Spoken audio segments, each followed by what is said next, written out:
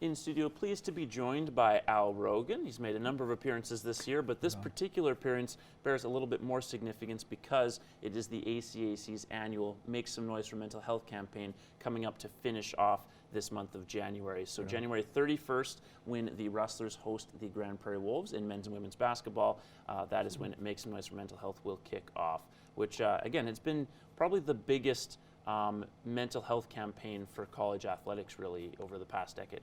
Absolutely. The campaign started probably 6 or so years ago with one of our post-secondaries down south. It was an initiative they started. And then the conference thought it was a great initiative. Mental health is such a big issue right now in society, and especially with student athletes. We probably all know a student athlete or an athlete or just a person in general that's suffered with mental health, and we wanted to bring awareness to it. And then had a great partner with RBC jump on board. They felt it was a really important topic to discuss, and it's grown from there. This is the 4th year that we've done the campaign at Lakeland. All the other post-secondaries across the province are doing it, and everybody does something a little bit different. And each RBC branch in the community works with the institution to put the event on, the night on, and to bring awareness to mental health.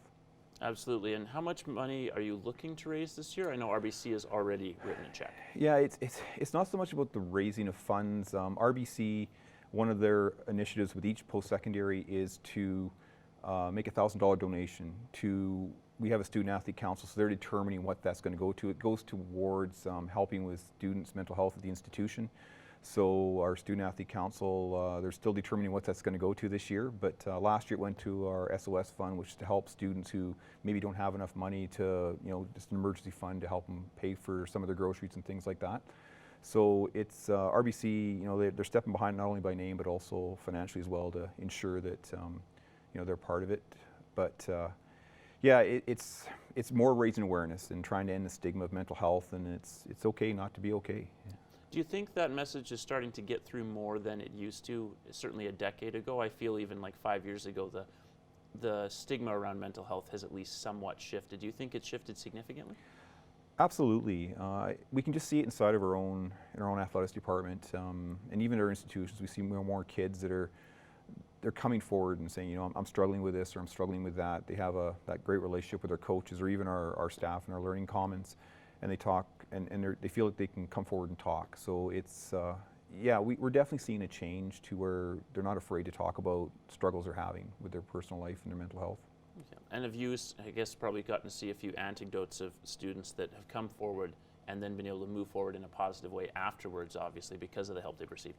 Absolutely. We could probably talk about examples just in our programs alone where kids have struggled a bit, and you could just see how their outlook on life has changed and their performance as a student athlete has changed and how their performance in the classroom has changed because they're able to talk about some of the struggles they're going through, and they're able to get put in touch with the right resources required to help them through some of the struggles they're going through, and it's and then they help other students who come. It's sort of like this culture change, which has really been really positive over the last number of years.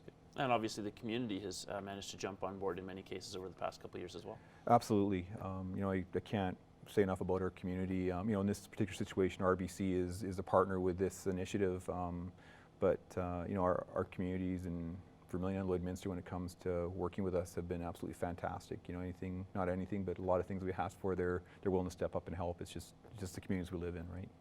And before we go, let's clarify. So January 31st, yep. Basketball games for the women starting first at 6 p.m., then the men after. Absolutely. We're playing Grand Prairie.